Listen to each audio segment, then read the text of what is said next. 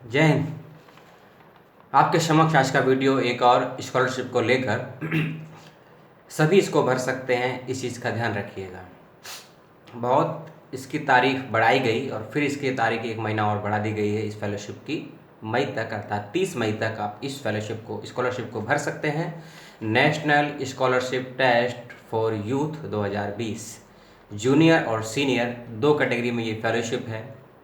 कैसे भरनी है, कहाँ भरनी है, क्या योग्यता है और कितना अमाउंट है और आपको क्या करना होगा इसको प्राप्त करने के लिए, इन्हीं सभी जानकारियों के लिए वीडियो बनाया जा रहा है। इस स्कॉलरशिप का नाम है national scholarship test for youth 2020।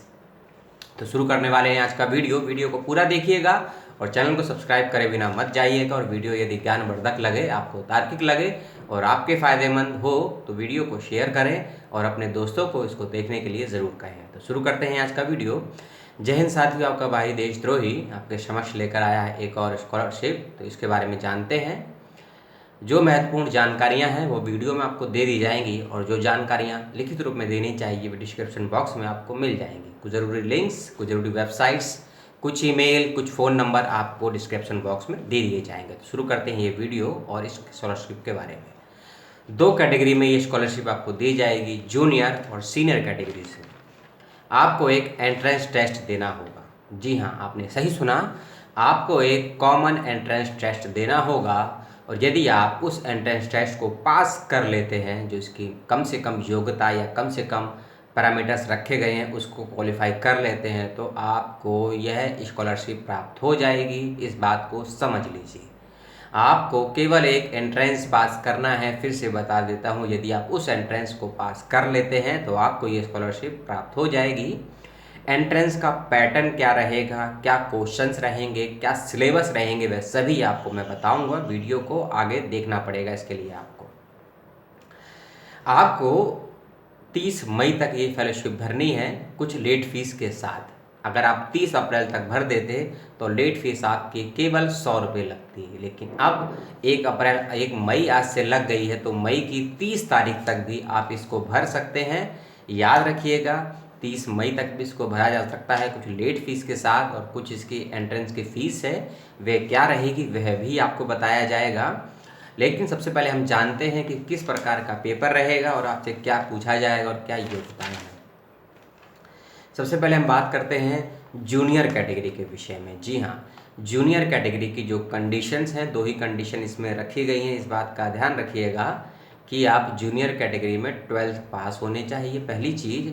और आप ग्रेजुएशन के सेकेंड ईयर में हो, फर्स्ट ईयर में हो, थर्ड ईयर में हो, किसी भी सेमेस्टर में हो, आप इस फॉर्म को भर सकते हैं, ध्यान रखिएगा। दूसरी कंडीशन, आपका किसी भी ईयर में 1 साल का कोई भी डिप्लोमा कोर्स होना बेहद ज़रूरी है। इस बात का ध्यान रखिएगा। अगर आपने कोई डिप्लोमा कोर्स किया है किसी भी प्रकार का, टेक्निकली हो, एजुकेशनल हो, सोशल वर्क हो, फील्ड वर्क का हो, लैंग्वेज का हो, ट्रांसलेशन का हो, मीडिया को, any type of diploma in first year 1 साल का यदि किया है और आप 12वीं पास हैं, तो आप एलिजिबल हैं इस फॉर्म को भरने के लिए और इस टेस्ट को देने के लिए। और आप इंडियन सिटीज़न होने चाहिए, जूनियर और सीनियर दोनों ही फेलोशिप के लिए, स्कॉलरशिप के लिए। इस बात का ध्यान रखिएगा। अब बात करते हैं सीनियर कैटेगरी के फॉर्म्स की। इसके लिए आपका पीजी में एडमिशन होना बहुत ज़रूरी है। आप पीजी में एनरोल होने चाहिए, इस बात को समझ लीजिए। और पीजी फर्स्ट ईयर हो या सेकेंड ईयर हो, उससे फ़र्क नहीं पड़ता है। पास आउट हो चुके हैं उससे भी फ़र्क नहीं पड़ सकता है, फॉर्म भर सकते हैं। और साथ ही साथ पीजी में आपका 1 साल का डिप्लोमा कोर्स होना चाहिए, ये भी ज़रूरी है। वह भी डिप्लोमा कोर्स किसी भी फील्ड, किसी भी विषय का हो सकता है, उससे फ़र्क नहीं पड़ता है। और आप भारत के नागरिक होने चाहिए इस स्कॉलरशिप को भरने के लिए, दोनों ही कैटेगरीज में। इस बात को ध्यान से सुन लीजिए। और साथ ही साथ आपका जो एनरोलमेंट है, कोर्स है, वह किसी भी रेगुलर मोड का होना चाहिए या डिस्टेंस मोड का होना चाहिए। इस विषय में अभी तक जानकारी क्लियर नहीं है, इसलिए मैं आपको वेबसाइट पे एक लिंक दूंगा वेबसाइट का, उसमें गाइडेंस का लिंक दूंगा। कुछ गाइडेंस यानी कुछ नियमावली दी गई है, उसमें यदि ये नॉर्म्स मिलता है आपको कि आप रेगुलर हैं या इनरेगुलर हैं के स्टूडेंट हैं, आप भरेंगे कि नहीं भरेंगे, उसमें साफ साफ दिया होगा। आप उसको रीड कर सकते हैं। मैं उसकी सूचना यानी कि संपर्क केंद्र, संपर्क लिंक आपको दे दूंगा, आप वहाँ से देख सकते हैं। अगली चीज़, कि 10वीं क्लास में कम से कम 50% मार्क्स होना बेहद ज़रूरी है आपके लिए, या एसएससी बोर्ड एसएससी हो या 10वीं क्लास में आपके 50% मार्क्स होना ज़रूरी है, तभी आप इस फॉर्म को भर सकते हैं। यह थी इसकी एलिजिबिलिटी को लेकर कुछ नियमावली सीनियर और जूनियर कैटेगरी के लिए। अब बात करते हैं सिलेबस की। याद रखिए, आप चाहे सीनियर कैटेगरी का फॉर्म भरें या जूनियर कैटेगरी का फॉर्म भरें, आपको 4 चीज़ों से संबंधित ही क्वेश्चन करे जाएंगे। एरिया सेम है, लेकिन एरिया में कुछ सब टॉपिक्स रहेंगे, वे डिफरेंट रहेंगे, लेकिन एरिया सेम रहेंगे, यानी कि विषय सेम रहेंगे। ये 4 विषय आप सुन लीजिए। सबसे पहला आपका विषय रहेगा जनरल नॉलेज का। जनरल नॉलेज से संबंधित क्वेश्चन करे जाएंगे। और दूसरा होगा आपका जनरल साइंस एंड मैथमेटिक्स। जी हाँ, जनरल साइंस एंड मैथमेटिक्स, यह आपका दूसरा फील्ड रहेगा जिससे आपसे क्वेश्चन करे जाएंगे। और तीसरा फील्ड रहेगा इंग्लिश, और चौथा रहेगा रीजनिंग। चौथा रहेगा रीजनिंग, तीसरा रहेगा इंग्लिश, दूसरा रहेगा general science and mathematics, and first रहेगा जनरल नॉलेज।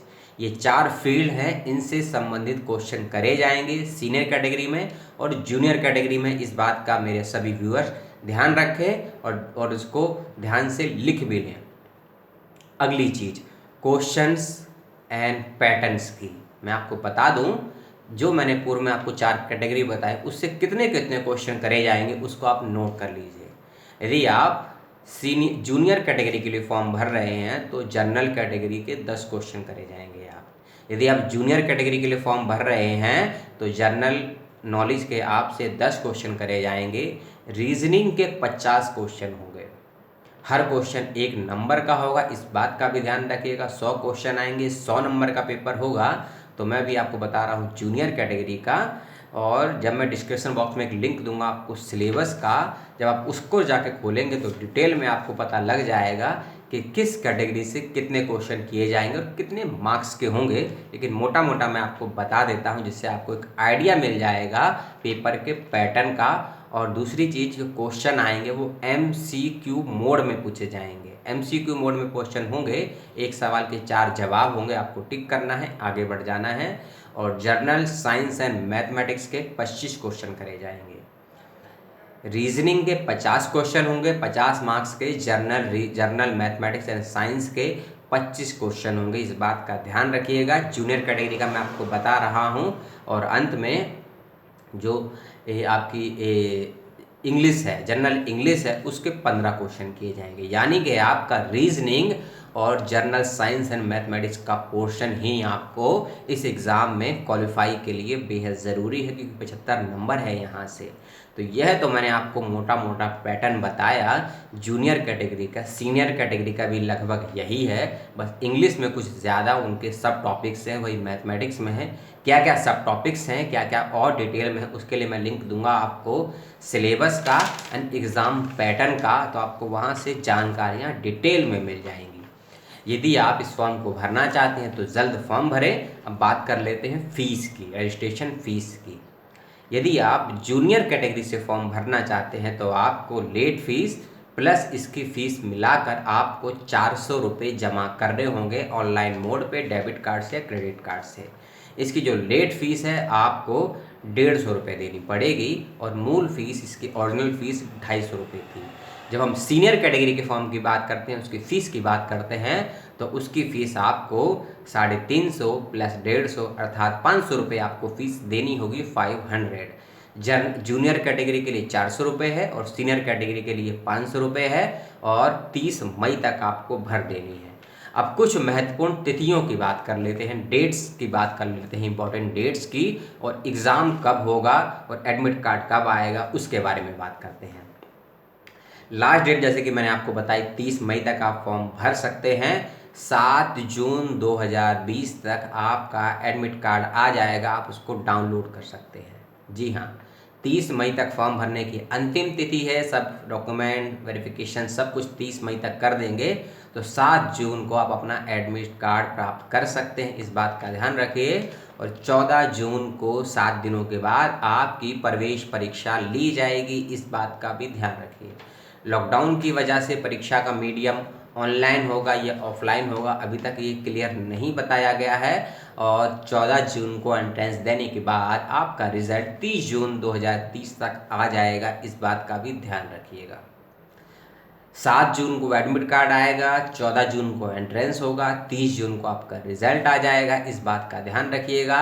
और भारत के लगभग 30 से 50 स्थानों पर आप एग्ज़ाम देने के लिए जा सकते हैं। उसकी पूरी लिस्ट मैं डिस्क्रिप्शन बॉक्स में एक लिंक दूंगा, आपको वहां मिल जाएगी। तो आप चयन कर लीजिए किस स्थान पे आपको पेपर देने जाना है। लॉकडाउन की परिस्थितियां हैं, आप वहां जा सकते हैं, सेंटर पे या नहीं जा सकते हैं उसके अनुसार ही परीक्षा केंद्र का चयन कीजिएगा। मेरी आपसे दिल से प्रार्थना है कि जो क्षेत्र रेड जोन में हैं, अभी तक रेड स्पॉट हैं, हॉट स्पॉट हैं, उसको नया चयन करके जो ग्रीन जोन में है वही चयन करेंगे तो आपको ट्रैवलिंग की सुविधाएं भी प्राप्त होंगी और कोई प्रकार की पेंडेमिक या हानि नहीं होगी, इस बात का भी याद रखिएगा। अब अगली चीज़ मैं आपको बता देता हूँ, जिस वीडियो का अंतिम पार्ट है अमाउंट। यदि आपका सिलेक्शन सीनियर कैटेगरी के लिए होता है और जूनियर कैटेगरी के लिए होता है तो अमाउंट डिफरेंट है। सीनियर कैटेगरी में आपको 5 से लेकर 10,000 रुपये तक का अमाउंट मिलेगा और जूनियर कैटेगरी में आपको 3,000 रुपये से लेकर 5,000 रुपये तक का अमाउंट मिलेगा, इस बात का याद रखिएगा। अब कुछ ज़रूरी लिंक्स मैं आपको दे दूंगा वेबसाइट एक डिस्क्रिप्शन बॉक्स में, और मेरे चैनल पर आप आते हैं तो आपको फेलोशिप, इंटर्नशिप और स्कॉलरशिप की ही वीडियो मिलेंगी और कुछ ऐसी स्कॉलरशिप भी मिलेंगी आपको जो स्कूल लेवल की भी होंगी और कुछ स्कॉलरशिप आपको कॉलेज लेवल की और कुछ स्कॉलरशिप के विषय में आपको PDF या डॉक्टरेट स्तर की मिलेंगी। इसलिए यदि नए हैं तो चैनल को सब्सक्राइब करे बिना मत जाइएगा, बेल आइकॉन ज़रूर दबाइएगा कि आपको नई वीडियो का नोटिफिकेशन सबसे पहले मिले। इस वीडियो को शेयर करें। National scholarship test for youth 2020 का फॉर्म भरें, जल्द भरें। मैं स्वयं भर चुका हूँ, इस बात का याद रखिए। कल की तारीख में लेट फीस मैंने भी भरी है और इस फॉर्म को भरिए, वीडियो को शेयर करिए। अच्छा लगा हो तो एक लाइक करे बिना मत जाइएगा। जय हिंद, जय भारत और धन्यवाद वीडियो को पूरा देखने के लिए। अपना केयर रखिए इस लॉकडाउन के समय। कल परसों का वेट करिए क्या नया आदेश आता है सरकार की तरफ से, और अपने आप को बेहतर बनाने के लिए इस लॉकडाउन के समय में ज्ञान के मार्ग को बाधित ना होने दें। बहुत से ऑनलाइन फ्री कोर्सेज के वीडियो भी मैंने बनाए, इसको आप भी कर सकते हैं। मैं स्वयं कर रहा हूँ, वीडियो लंबा हो गया है, इस बात का ध्यान रखिए, लेकिन वीडियो को शेयर करें। यदि जानकारी आपके लिए लाभप्रद ना हो सकता है किसी अन्य के लिए लाभप्रद हो जानकारी, इसलिए वीडियो को शेयर करें और लाइक और सब्सक्राइब करे बिना मत जाएं। जय हिंद, जय भारत, सलाम।